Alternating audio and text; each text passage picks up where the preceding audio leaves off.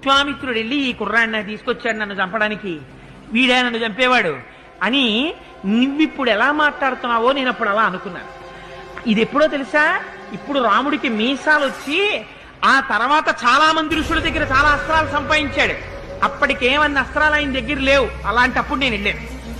ఆ రాముణ్ణి చూసి ఏం చేస్తాడులే అనుకుని వెళ్ళి ఆ యాగగుండంలో రక్తాన్ని వర్షించాడు.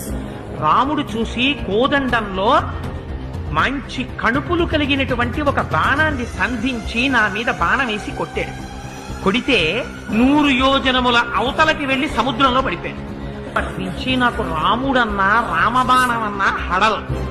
అప్పుడు రాముడు అగస్త్యుడి దగ్గర ఉపదేశాలు లేవు, విశ్వామిత్రుడు ఉపదేశాలు లేవు, మీసాలు రాలేదు, బ్రహ్మచారి చిన్న పిల్లాడు.